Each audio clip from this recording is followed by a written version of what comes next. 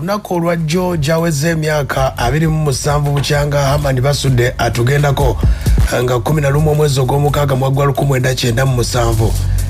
ekoona ly'e Kabale Bugonze eryo teryamuleka kyekimu awo nno we yakoma Hamani Basudde kati enteekateeka eya buli mwaka era yakoleddwa okuba ate nga bamujjukira n'okumusabira olunaku olwajjo e Bubondo ekitambiro ky'emmisa kyatandise era nga bwana mukulu Reverend Father Kasanga Joseph ye yakulembeddemu emmisa abayimbi babadde bannabitone basobodde okuba ate nga babaddewo naye nga omukolo guno gwatandise kawungezi ku Mande wabaddewo abayimbi abazze abantu babadde bangi nnyo ekiro ne mu mmisa ne bajja bangi nnyo okujjukira n'okusabira Hamani Basudde era mu bayimbi abazze omukulu Papa Misa Ssemakulu abaddewo omubaka wa Bukomansimbi omukulu gwe bayita Kayemba Solo yabaddewo omukyala Veronica yabaddewo omubaka omukyala Deputy RDC owe Bukomansimbi ne yabaddewo mu nteekateeka eyo embeera nga yasobodde okuba ate ng'etambula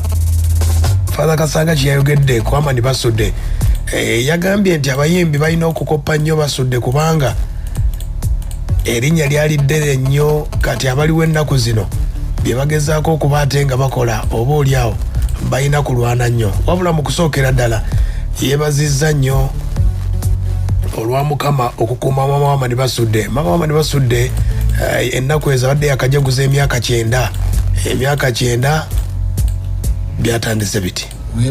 mwebalike okujja fenna kolo guno kutukwatako mama kadde waffe jjajjaffe kadde Dimitiriya Amyalo era gwe twebalizaako Katonda ate okumubangaza okumutuusa ku myaka 9 era Mukama tumwebaza Mukama yebali kukuuma kulabirira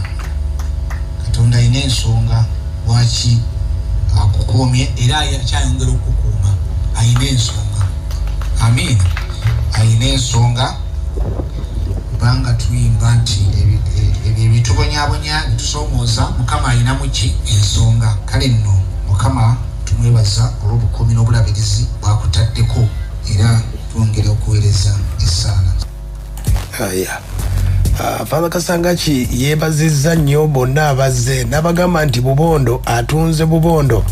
Basudde ye yatunda Bubondo paka akadde kano bangi nnyo gendayo bagendayo lwa Basudde kubanga kituba tubeera wano kubanga tayinza kwerabirwa yaleka omukululo ogw'amaanyi si mu Bubondo bwokka era bikyalo Bubondo faabumunzi kati nze nenkisobola ekiraba naye gibuliranga buwulizi Bubondo neefuuka Bubondo naye nga ani afuula Bubondo akafa amate ani akafuula akamaanyi Basudde akaalo amate emyaka enyumirizaamu ate kakati akaalo kano tekajja nako kukola nga bwe mwasalamu tusiima nnyo ab'enju okulaba nti buli mwaka mututinya tujje tusabire omugenzi Hamani Basudde. Father Kasanga bwana mukulu wa Chance Parish yayongeddeko n'agamba abayimba ennaku zino mukoppe nnyo Basudde kuba ennyimba ze musinga okuyimba ennaku zino tezitegeerekeka modo w'abangi kyokka abamu tebaagala kugoberera abantu abafaanana nga bano bo ne bagaaka biyimbire biyimbayimba tebayimba ebiyimbayimba bw'otakoppa butuufu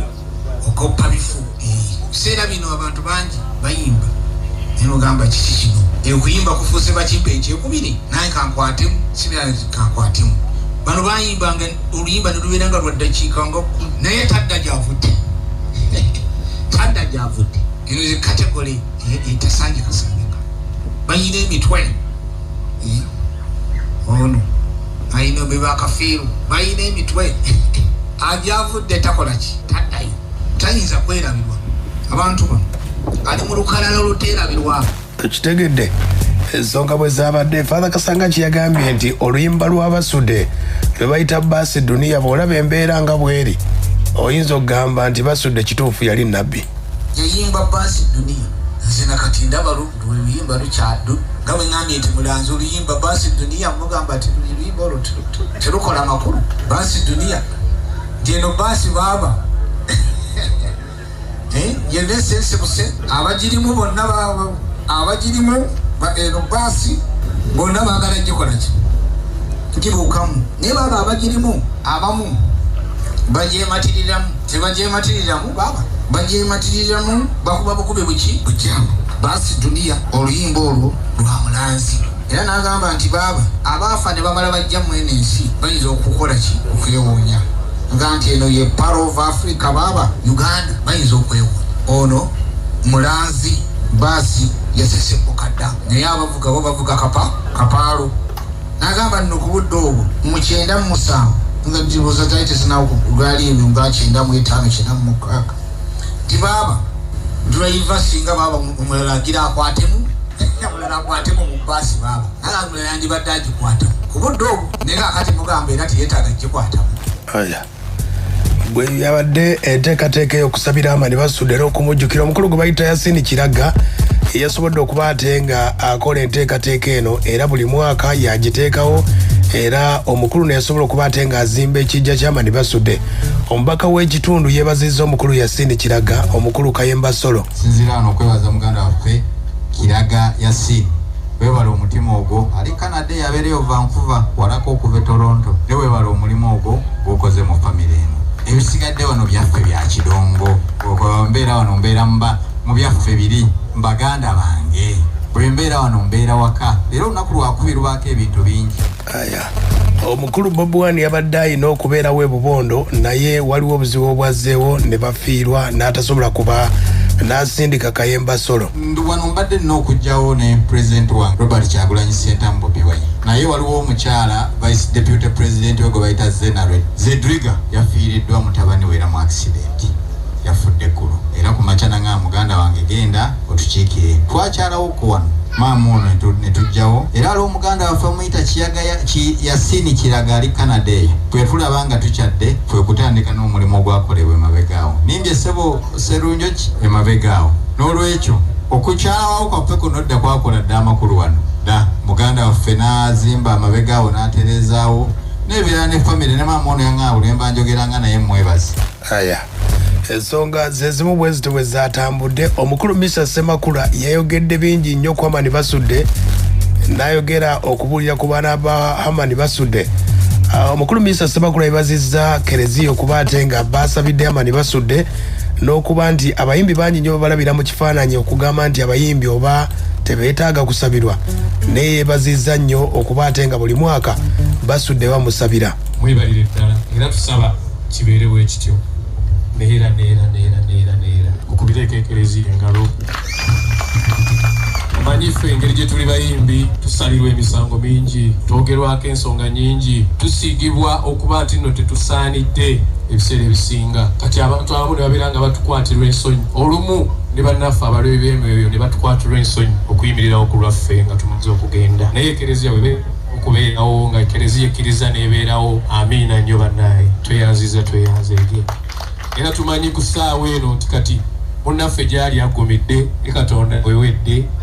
akakanye. Ye Mr. Ssemakula. Mr. Ssemakula yeegombye nnyo enteekateeka eno omukulu Yasini Kiraga gye yakola agamba ye waabwe